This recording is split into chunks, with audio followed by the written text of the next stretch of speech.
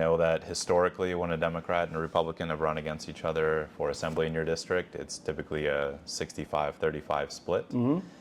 And things are definitely shifting. I noticed that when I was talking to voters in this district, they're shifting from left to right. What would you say to independent voters and even moderate and further left Democrats as to why they should give you their vote instead of Cecilia? Yeah. How are things going so far, right? How have the last 8 years worked out for you? She's been there since 2016. Are you safer? Do you feel safer? Are groceries cheaper? Can you afford gas? How about rent?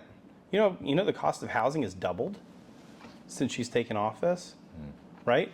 Rents are equivocal to mortgages now, right? How are things working out for you? How have the last 8 years been? Can you sustain another couple of years of this? If you can, by all means.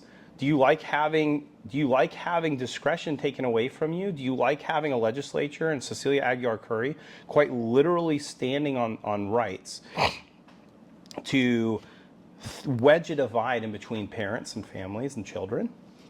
Do you like that she's voted for schools to not only be able to keep secrets from parents, but actually aid in the facilitation of gender-affirming care and indoctrination practices?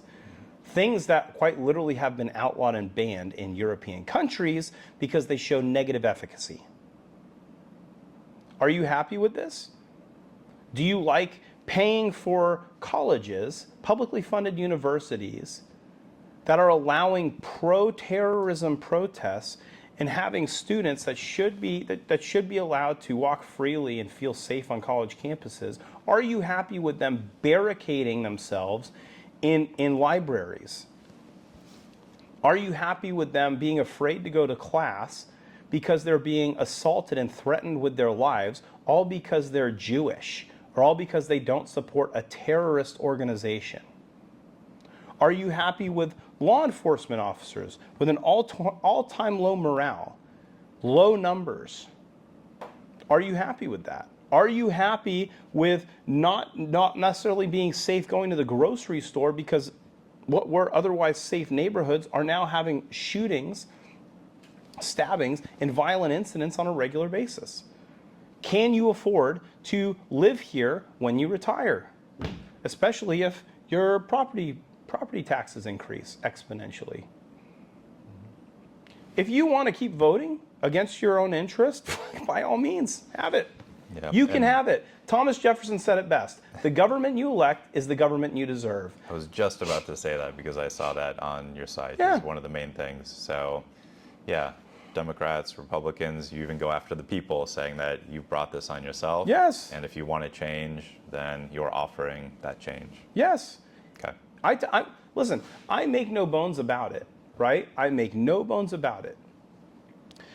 I have no expectation that Darren by himself is going to be able to right the ship that's half sunk at this point, right?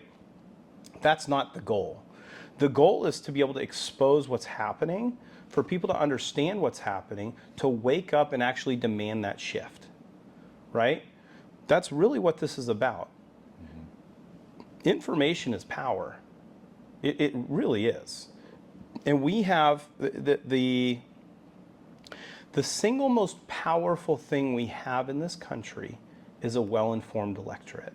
We do not have a well-informed electorate because, as we said in the beginning of this, right, we have an entire country that is force-fed utter distraction instead of looking at the tangible issues in front of them that are affecting their daily lives.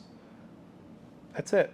People are listening to presidential candidates argue about crowd sizes at their rallies when people can't afford to put gas in their car, are worried about what's happening with their kids in a school, are worried about how they're going to put food on the table, pay their mortgage, pay for fuel, get to work. Are they going to be able to make enough at work to be able to sustain their lives? And what's happening with their families? And are they going to get shot going to a grocery store? This is a joke that we're here now. And if people want this, then they can have it.